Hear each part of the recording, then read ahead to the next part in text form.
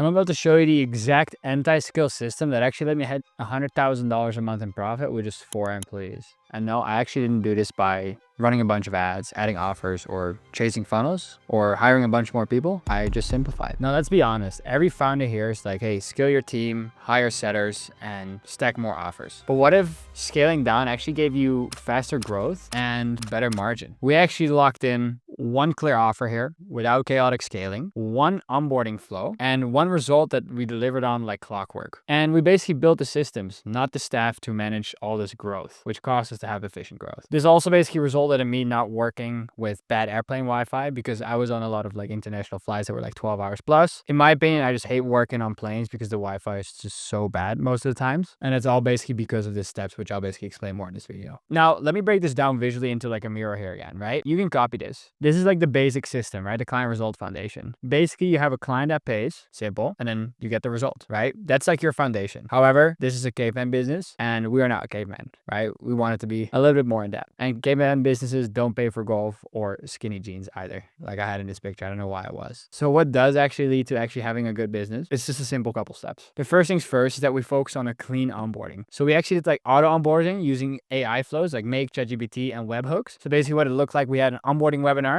that I'll basically show the entire onboarding webinar here that allowed us to basically do 90% of the onboarding automated. And the VSL to resell them on the basically the program. We had a call book just to go through everything and see if they had any other questions. And then before that call, we'll make sure that they already see some type of success and already start implementing, right? With automated SMS and email, mostly done with ChatGPT as well. Then for the delivery, we just had Notion and Loom SOPs that we just put in a course. And we had daily CSM group coaching calls. So we basically told the clients like, hey, join these calls. And the clients that showed up typically saw really, really good results. Async client check-in, automated follow-up triggers as well, just to make sure that they actually show up on those group coaching calls, right? That's something huge that we saw as well for the show rate. We had about 50% of our clients join almost every single day on these calls, which is a very, very high rate, especially when you're working with, for example, like real estate agents was in our case. We had call reviews and feedback. So we had Fathom AI go over all the calls and ChatGPT for highlights, especially from our clients that were seeing the best results, but also for like sales calls. And this way we only reviewed what actually mattered. Typically I don't do this, but what I'll do is I'll go through the exact like onboarding sequence that we have that allowed us to basically onboard a massive amount of clients and have CSM sometimes take even up to 100, 150 clients per client success manager, right? Just to handle all the fulfillment on top of that as well, which is one executive assistant. Now, each layer that I'm going to show you here is basically one less person needed. We basically started here with what is called like Leadsy. So we can get automated access to their Instagram page, their Facebook page, and maybe even a Google page. So we can review exactly what they're doing in real time. Then we had a client onboarding portal. So we looked at all the client onboardings that we had and we looked at, okay, what do all the successful clients have in common? And what are the questions that we typically ask them, right, on those calls? And we just put it in a simple form. Now, once they fill out that form, they get into a client webinar. So they know exactly what to do next, what to expect. Setting the expectations early on is very, very important, and how to get the most amount of success in our program possible, and to show the case studies how we've done it with other clients to also resell them on this program. Then we just do a little quiz with like the basic things that they do need to know about our program. And this is very important. It might seem cheesy, but sometimes we had clients just click through it and we needed to know certain things from this video. Then we had them book an appointment with their team just to go through the final steps. And in the meantime, we already created a portal in our system automatically, like with Make and ChatGPT, based on the questions that they filled out in this client onboarding form, right? Which allowed us to basically have a super smooth onboarding setup, webinar to call booking, a super amazing delivery system with automated client check-ins, call reviews, and feedback integration, which basically allowed us to scale systems with AI and automation. Now, let's talk team here real quick, right? So I scaled to about 100K a month profit with me for like strategy and growth, right? At an operator, like systems and client setup. This is mostly like the executive assistant of the CSM. So